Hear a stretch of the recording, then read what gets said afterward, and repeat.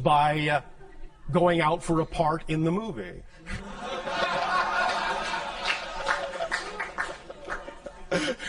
What is a Jedi Knight to you? What's your definition of that term? A selfless individual who can feel the life force of other people and beings around it, I guess, of anything, and can When you harness. say selfless, what do you mean? They do good for others. They do things for the benefit of others without doing it for themselves. But you understand that when you do things for the benefit of others, that is actually the best way to benefit yourself. Yes, I understand. So you are not selfless. So I'm very selfish then. And you're not selfish. You can, however, simply become self-contained. So the idea is that you understand you are connected to everything, and when you understand and behave that way, you will know you are included because you are a part of everything and cannot be left out. Therefore, you don't have to focus on yourself. So if that's what you mean by selfless, then fine. But it doesn't mean you're actually selfless. It simply means you're not self-focused. Gotcha. You're focused on the big picture of which you are a part. Does that make sense? That does make sense. All right. Then is that being closer to being a Jedi Knight? Yeah, but there's other parts too. Oh, all right. And what are they? I guess being able to... I'm not going to tell you how to build a lightsaber. I don't need to learn how to do that. That's irrelevant for me. All right. Just checking. How would I do the supernatural things that they do? I guess? Supernatural? Well, the things that society would deem supernatural that I... Oh, you mean the things that they do that come naturally to them when they operate on a higher frequency? Sure. Well, operate on a higher frequency. And how do I do that? I already told you. Follow my highest passion. Yes. Well, there we go. Cool. Behave in the manner that you wish your reality to reflect. Cool. Whatever temperature you want. Another question I have is, like, in my comparative religion class in school, the Hare Krishnas came into our class, and they worship Krishna as, like, God. Yes. Was that person like the physical manifestation of all that is? Or was it just... Every person is a physical manifestation of all that is. Nevertheless, some will, in a sense, as we were just speaking of, exhibit more of those qualities more openly. Thus, then, they often become, in a sense, well, focal points for that idea. However, because of the kind of belief systems that many humans have been taught on your planet, they often then, instead of actually getting the point, they worship the person. They worship the person. Because the point of any of those advanced teachers is that you are Krishnas too. You are Buddhas too. You are Christs too. And they all say as much, but most people ignore that part of the message.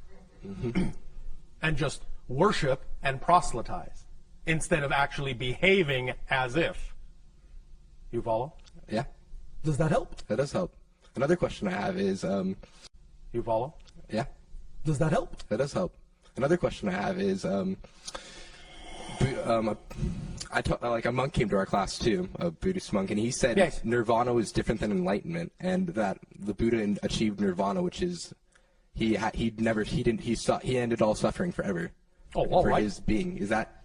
Again, the idea is that you have been given many examples of how to create certain states of being for yourself in which you do not have to experience the idea of challenge as suffering.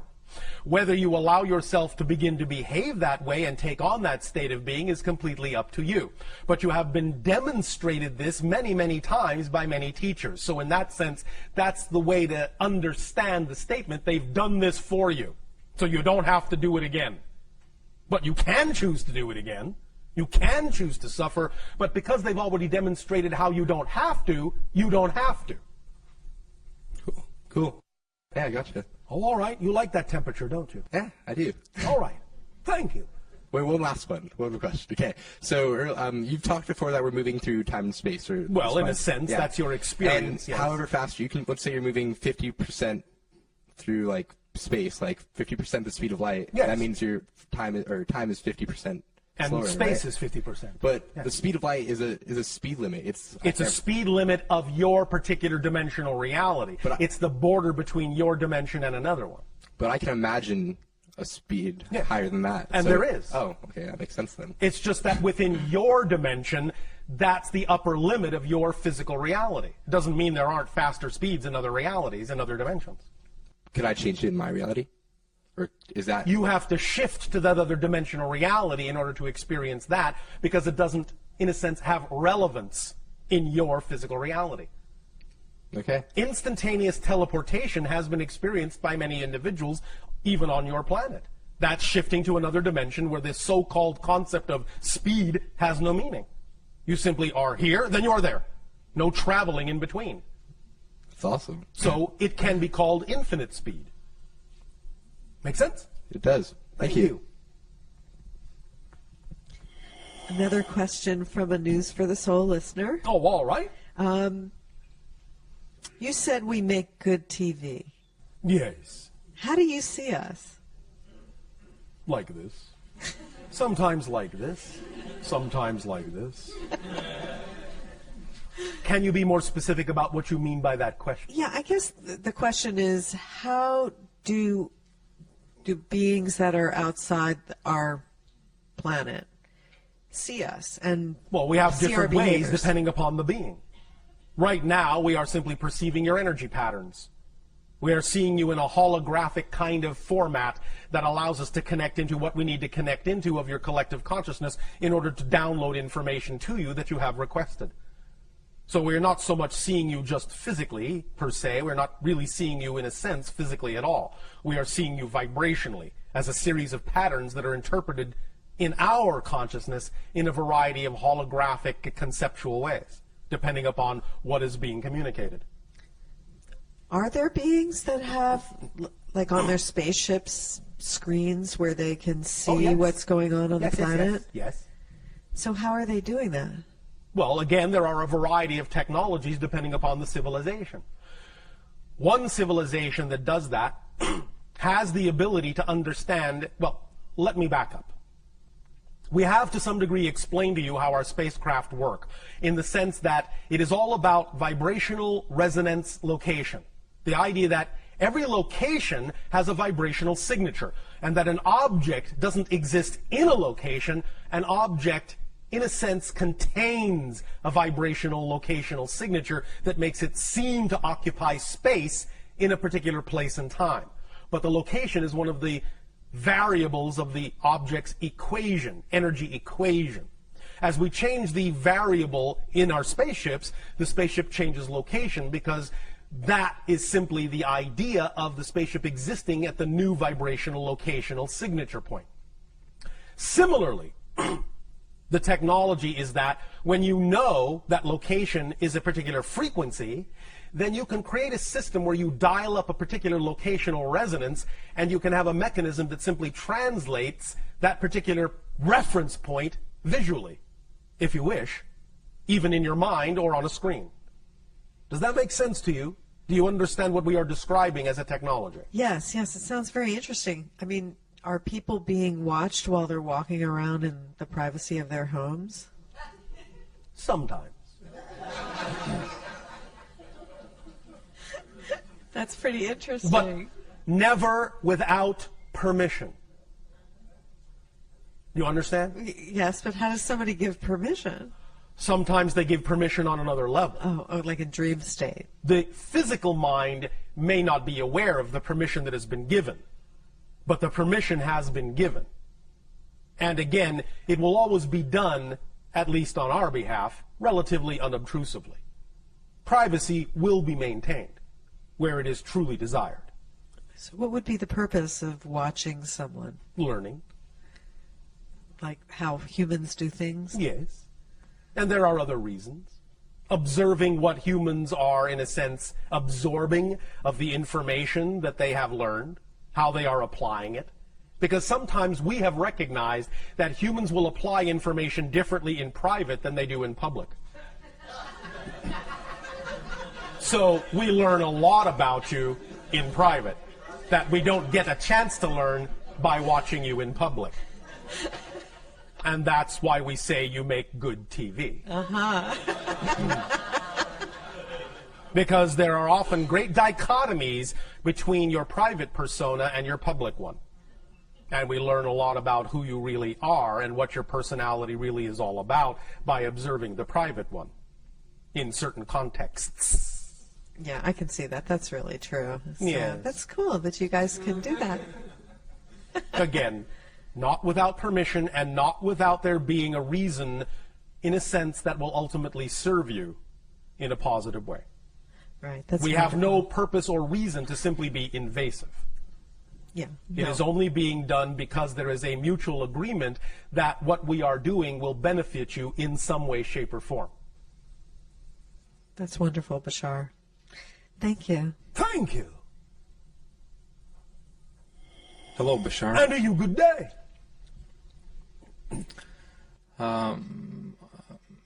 How do I experience past and future and now? Have you ever had the experience called deja vu? Theoretically, but not consciously that I can recall. You have Maybe- never maybe I experienced did, maybe that I didn't. sensation. I Is know that what what you're you're saying? talking about, but I can't really recall the real experience. Oh, all right. But that is one representation of experiencing what you call past and future in the present.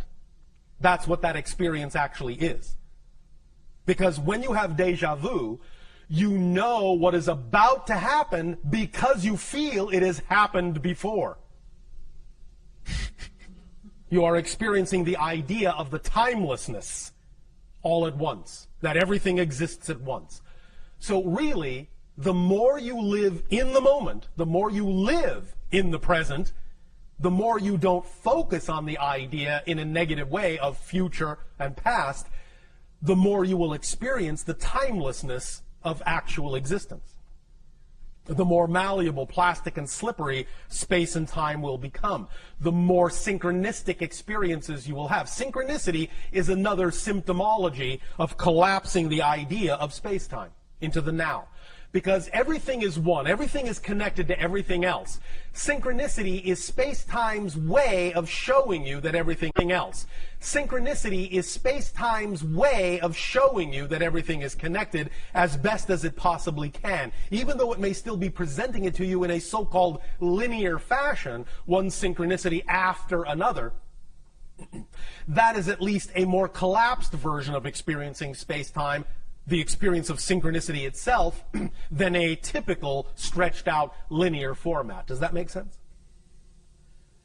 But is this includes, for example, past lives, past experience? Again, remember, there is no real past. There is no real future. Everything exists now. The analogy we often use is your own television set. If you are sitting down watching a TV program, you know that at the same moment there are still hundreds of other programs that exist at the same time. They're not really in the past. They're not really in the future.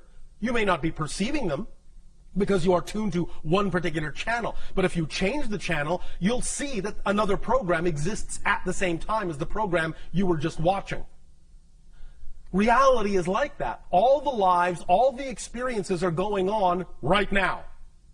The more you understand and wrap your mind around that concept, the more you will actually start to experience reality that way. Make sense? Yes. So, more analogies, the more symbols, the more analogies you can create to explain the idea of the simultaneity of existence to yourself, the more you can understand that construct of nowness holographically, the more you will actually start to experience your reality that way. Makes sense. Thank you. Oh, And thank you. That's why we also use the analogy of saying there really is only one moment in creation, just one moment. What appears to you to be different moments is actually the same moment, but from a different point of view. It's all the same moment. There is also only one thing in creation. All of it. Just one thing. Experiencing itself as a multitude of things. But it's just one thing. Even physically, there is only one thing. We have explained this before by the concept we refer to in our reality as the prime radiant. Imagine. We know your scientists tend to talk in particles, subatomic particles. Now, we know that they know that it's not really a solid particle, but for the purpose of illustration, it will do. Imagine this. Imagine there is only one particle in all of existence, and there's nothing else. Just one particle. Because there is nothing else to relate to, the particle has no mass and can move at infinite speed. It has no limitations, it has no barriers, there are no laws to govern it, because it's the only thing there is. So it can do anything it wants. So if it can travel, this one particle can travel at infinite speed, that's another way of saying that that particle can actually be everywhere at the same time. You understand? Yes. So if a particle can be everywhere at the same time, it can appear to be multiple particles, but it's actually the same one particle. And everything that is made up of particles is actually made up of the same one particle, moving at infinite speed. So you actually are the other person's body. You actually are the chair. You actually are the light bulb. Because all those things, you are the star. You are the other planet. Because all those things are all made up out of the same one particle that everything is made up out of. So everything is here. Everything is now. Everything is one. Make sense? Yes. Does that help? Yes, definitely. Thank you. Thank you. The more you ponder that, the more you wrap your mind around that, the more you will start to experience that in your reality. Yes, continue. And it's pretty much like a follow-up in terms Yes. of everything is one, all is one, we're part of one. Yes. But we have this illusion of separation. Yes. Can you help me a little bit in terms of how I can modify it or remove it if it's appropriate, or how Well, I you can don't better really want to understand it, completely remove it per se. but have ability to or you won't go really beyond that. have an experience as an individual. Remember, all that is experiences itself in all the ways that it can. You, us, all beings and all things in creation are all the ways all that is has of experiencing itself. Even though you can have the experience of more oneness, you exist as an idea unto itself. So you, as that idea, no matter how much oneness you create yourself to experience, you will always experience yourself as you. Even when you become one with the one, you will experience yourself as the one. So you will still be you. Even when you are no longer a part of the one in experience, you will still experience yourself as the one. Does that make sense? Yes, definitely. Does that help? But I was asking more in terms of practical application, in terms of, for example, feeling the trees and walls and go beyond that. Yes. How I can develop this? Again, wrap your mind around the idea that you are one. Invent in your imagination ways in which to represent that to yourself more realistically. And use that imagination. That's what your imagination is for. Your imagination is keyed to you, to your frequency. Whatever methodology you come up with that allows you to feel more at one, use that. Use what your imagination comes up with. Your imagination is the conduit between your higher mind and your physical mind. Your imagination is the conduit of communication between the two.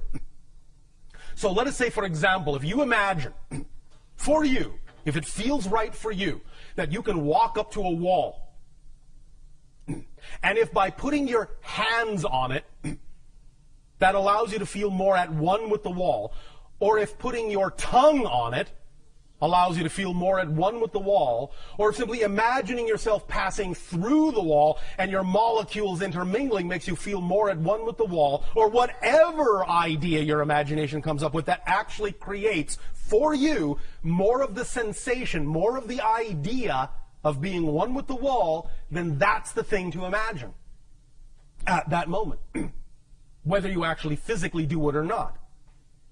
Because the idea is that some of these things are not always relevant to experience literally physically. Some of them are just things that lure you in a certain direction to get you to move in that direction, perhaps for other reasons. Sometimes the things that excite you just to get you to move in a certain direction, not because the thing itself must come to fruition in a physical way. Because your higher mind knows how stubborn the physical mind can be.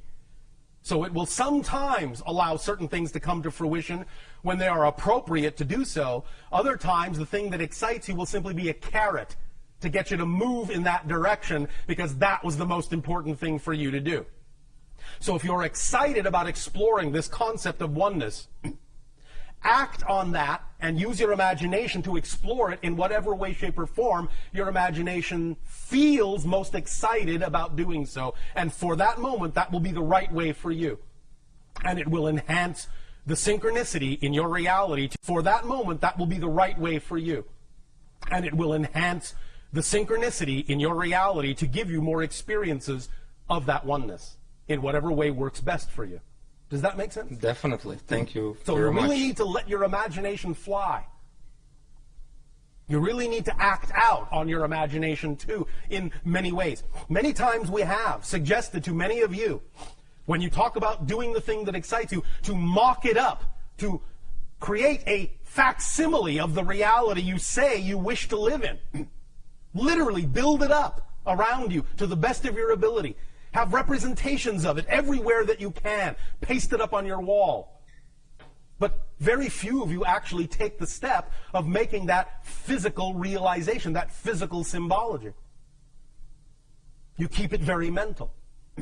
Acting it out acts as the completion circuit. It grounds the idea and lets your physical mind know that it actually has something physical to respond to as a vibration that is more representative of that reality you say you prefer. It's training your physical body to respond to that physical reality by mocking it up and existing in that simulated environment. It doesn't matter that it's a simulation if it makes you feel like it's real. Make sense? Yes. Does that help you? Yes. Thank you. And last question. Oh. I want to understand how the new point of consciousness got born, or new consciousness got born. Probably it's more like a point. Essentially this way. The so-called new point of consciousness is simply the awakening to the level of consciousness that you actually are naturally. The idea is that when you all chose to experience the idea of physical reality on Earth, you understood to some degree that you were going to go through a cycle of forgetfulness and limitation experience. But you are now at the end of that cycle. So you are remembering who you are. You're waking up and remembering who you are as spirits. That's what caused the idea of the spiritual awakening. You have almost completely finished with your cycle of forgetfulness. So it's just the end of a natural cycle and the beginning of a new one of remembering more of who you are and the expansion that simply naturally comes with remembering your true identity. Make sense? Yes. Does that help you? Thank you very much. Thank you.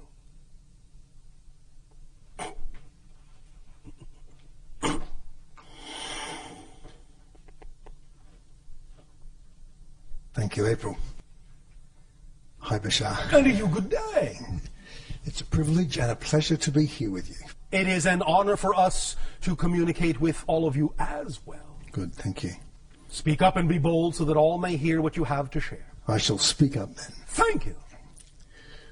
By our thoughts, our choices, and our imaginings, as you said, we create our reality. Through your beliefs and definitions, You create your reality. Your beliefs and definitions determine what kind of feelings and thoughts and behaviors you exhibit. Right. That then reinforce the reality you have created with your belief. But belief is the blueprint. It's the first step. The definition is the key, not just the thought. I know that some people on your planet interchange those concepts and say thoughts create your reality. What they really mean is the basic fundamental belief creates the reality. What you believe is true is what you experience. Then your thoughts will go hand in hand to reinforce that. Good, yes, excellent. And so it's a very individual process, is it not? Yes, but there are collective components to it that you have all agreed to abide by in general. Which are prior agreements as to the structure of the earth and life Yeah. and so on. Yes. Yes. Okay, good, yes. So if I create my reality and it is an individual thing within those agreements, within those prior agreements, Yes. I'm confused about the way in which sometimes you talk about the world that is, as if there's a world out there that we are all sharing Yes. and all seem to be within this same world. Well, in a sense, we understand that sometimes the limitation of the translation of our thoughts into the human language may leave something to be desired and cause some confusion with regard to the definition of terminology. Nevertheless, there is a collective level to the agreement, and there is an individual level to the agreement, in whatever way you choose to experience it, in whatever kind of world experience you choose to believe you're having, which is also created by individual and collective agreement. Does that make more sense? Can you give us some more? The idea, again, is that when we say the world out there, we are simply referring to the idea of the illusion of physical reality. Yes. We know there really isn't a world out there. Yes. It's all happening within your consciousness. Yes. But when we use that term, we are more often than not referring simply to the idea of the experiential reflection, the mirror of physical reality that seems to be outside you. Okay. We simply don't always take the time to explain it in every single detail, assuming that you basically understand the analogy we are making without having to explain every aspect of it. But sometimes it requires a deeper explanation, depending upon the conversation.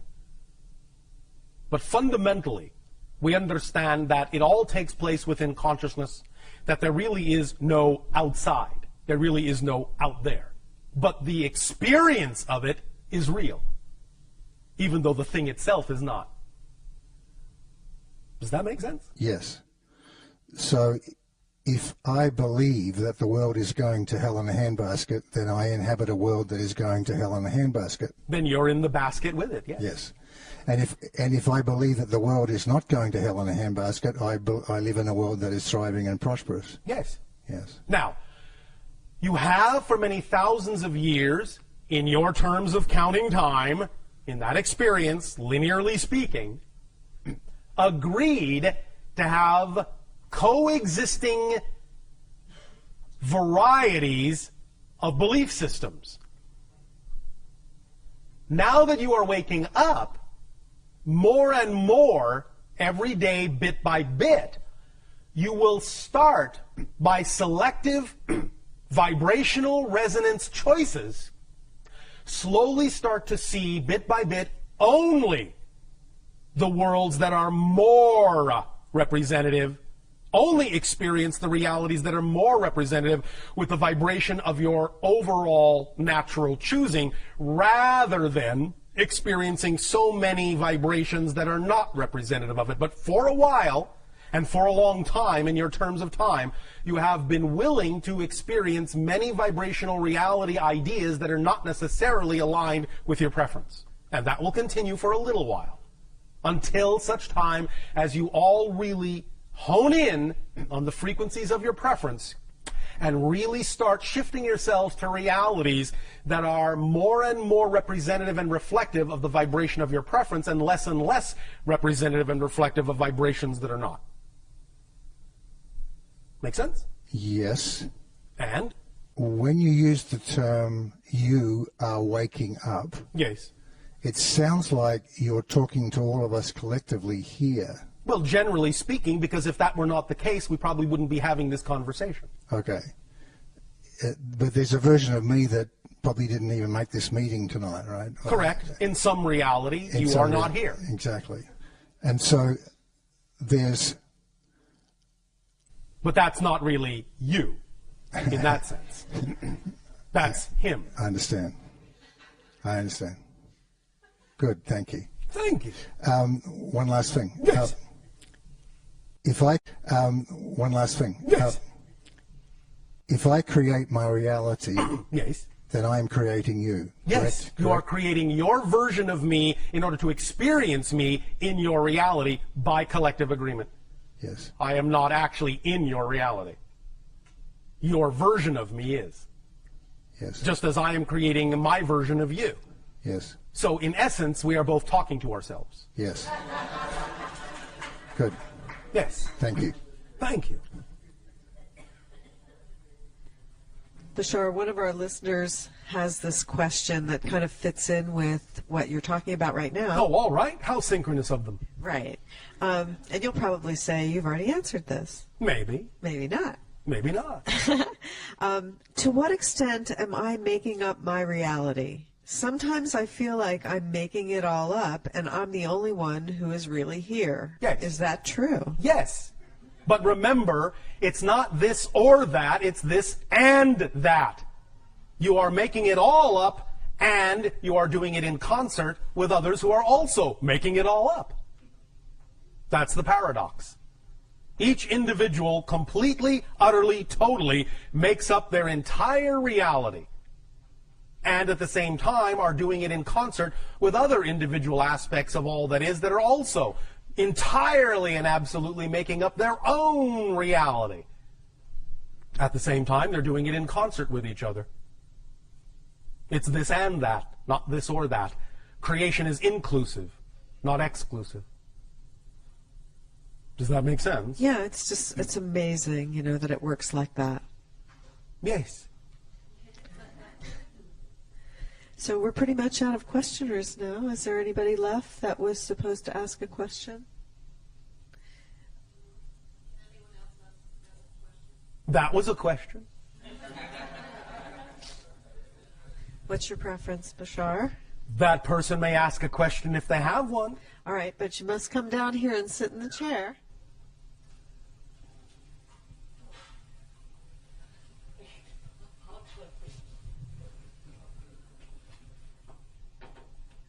Thank you, Bashar. Thank you. Good day. And good evening. Oh, all right. Good evening. Would you say a little more about following your excitement in reference to the struggles we often experience with trying to act in our best understanding with what we Sounds like you're perceive? struggling with the sentence. Yeah, well, yeah. When there's a struggle between Yes. acting on what we believe is our duty, Our which duty. is not necessarily that exciting, Can you define duty? For example, Yes. well, something that I'm struggling with right now is a very sick parent who is Yes. requiring an enormous amount of time, energy, and attention. Oh, all right.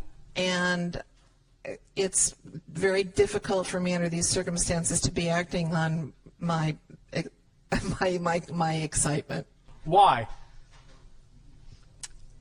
because most of my time, attention, and energy are taken up by responding to her needs. So, why are you making an association between one situation and another? How can you not? Good question. You can not. All it takes is a little inventiveness and imagination and trust that where you are choosing to be is where you need to be if you're choosing to be there.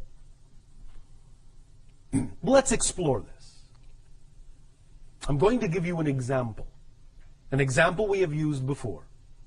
But perhaps you can understand in this example how a variation of this idea can be applied in your situation and your circumstance.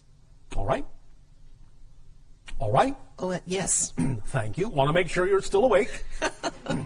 All right. Many people on your planet have been given belief systems that say, this cannot be something that gives me joy. This cannot be done as a living. This will not work. This makes this impossible. And all sorts of other belief system limitations that become self-fulfilling prophecies, self-reinforcing realities, experiences. People on your planet who have a different way of looking at things, who have different belief systems about what is and isn't possible, don't experience those limitations. Their reality reinforces for them the understanding that they can do this and do that. Like I said, it's not this or that, it's this and that. But it is often a limitation of imagination, a limitation of definition that allows an individual to believe that certain things cannot happen if they don't happen in a certain specific way. And it is relaxing the definition about how you think something must happen, how it needs to happen, how it can happen, relaxing those definitions that will allow you to actually experience how it will happen, but maybe not in the way you expected, maybe not in the way you were taught to believe it has to happen. You need to really stretch your definitions to include other ways, unexpected ways, creative ways in which you can act on your joy, while at the same time expressing your love for your parent. Do you follow? Yes. Now, before we continue, understand that this also extends to the idea of taking care of your parent.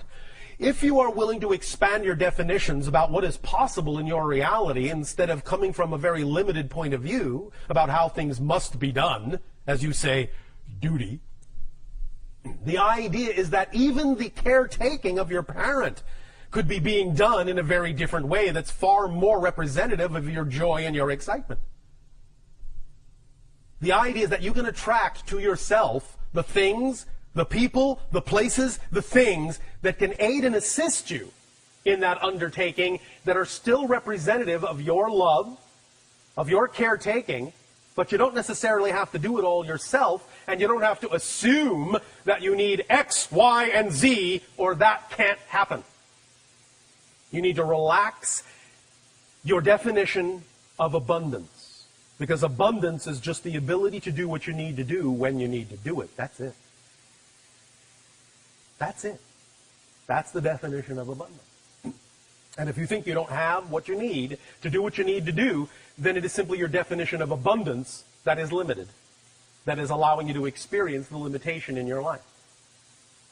The example of a woman whose great joy was to simply tell stories to her children illustrates the point. That was the most exciting thing she could think of to do.